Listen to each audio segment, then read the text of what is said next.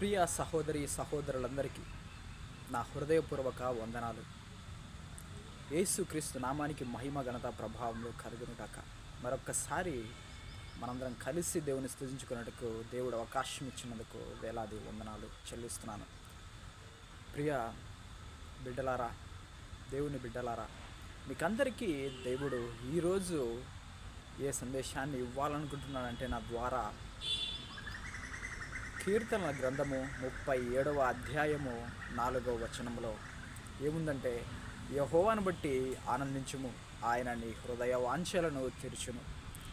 కాబట్టి సహోదరి సహోదరులారా, ఈరోజు ఎంతోమంది యూత్ కావచ్చు, పెద్దలు కావచ్చు, చిన్నపిల్లలు కావచ్చు, టీవీలని బట్టి సంతోషిస్తున్నారు. టీవీలో, మొబైల్స్లో, గేమ్స్లో, ఇంకా వేరే వేరే విషయాల్లో వేటేట్లో అతిశయిస్తుంటారు, సంతోషిస్తూ ఉంటారు. కానీ మనము సంతోషించాల్సింది దేవుని యందు, ప్రభువునందే ఆనందించాలి అని కూడా కొత్త నిబంధనలో ఉంది. ఎల్లప్పుడూ ప్రభువునందు ఆనందించుడి, మరలా చెప్పుని ప్రభువునందు ఆనందించుడి.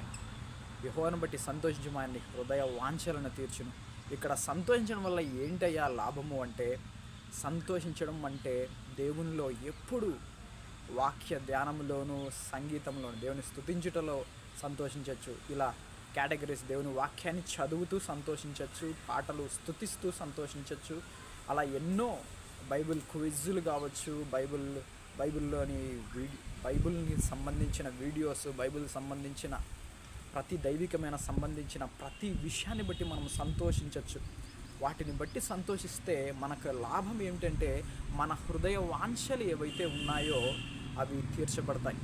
మనం ఎన్నో అనుకుంటాం, మన జీవితంలో కొన్ని విషయాలు అస్సలు జరగవు. అసలు అవసరతలు తీర్చడమే ఎక్కువ దేవుడు, ఇంకా హృదయ వాంఛలు ఏడ తీరుస్తాడు అనుకునే వాళ్ళే చాలామంది ఉండొచ్చు ఈరోజు క్రైస్తవత్వంలో. కానీ హృదయ వాంఛలను తీరుస్తాడు. ఎప్పుడైతే నువ్వు ఎల్లప్పుడూ దేవుని యందు ఆనందిస్తావో, యెహోవాను బట్టి సంతోషిస్తావో, అప్పుడు దేవుడు నీ హృదయ వాంఛలు నిజంగా తీరుస్తాడు. ప్రియమైన ఆత్మీయులారా, నిజంగా దేవుని యందు ఆనందించటం అంటే ఎప్పుడు మీరు ఉత్సాహంగా, ఉల్లాసంగా, నిరుత్సాహపడకూడదు. ఎల్లప్పుడూ బైబిల్ చదవడంలోనూ, ప్రార్థన చేయడంలోనూ, కొత్త ప్రార్థనని కొత్త ఎలా చేయాలి, కొత్త పాటలు తీసుకొని వాటిని ఎలా పాడాలి, ఎంత మధురంగా పాడడానికి ప్రయత్నం చేయాలి, సంగీతం నేర్చుకోవడానికి కూడా నువ్వు చేసే ఆ ప్రయత్నాలన్నీ దేవుడు చూస్తూ ఉంటాడు. దేవుని యందు ఆనందించడంలో, నిజంగా దేవుని యందు ఆనందించడంలో మన హృదయ వాంఛలన్నీ తీర్చబడతాయి. దేవుడు చూస్తూ ఉంటాడు. ఊరికే దేవుడు వదిలేయడు. వీడు నా కోసం ఎందుకు ఇంత ప్రయత్నం చేస్తున్నాడు, ఎందుకు ఇంత దైవికంగా బ్రతుకుతున్నాడు, ఎందుకు ఇంత దైవికంగా బ్రతుకుతూ ఉన్న ఏ లాభము ఉండదా అని చాలామంది అనుకుని ఉండొచ్చు ఈ రోజుల్లో.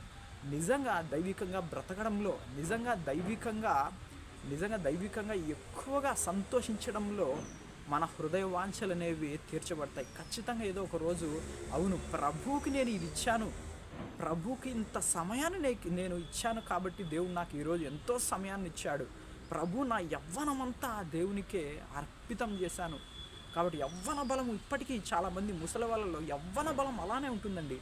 ఎందుకంటే తన యవ్వనంలో వాళ్ళు ఏం చేసింటారంటే, దేవుణ్ణి ఆరాధించడంలోనూ, దేవునికి సమయాన్ని ఇవ్వడంలోనూ, తన యవ్వనాన్ని ఇవ్వడంలోనూ ఎన్ని వెనుక తీయలేదు.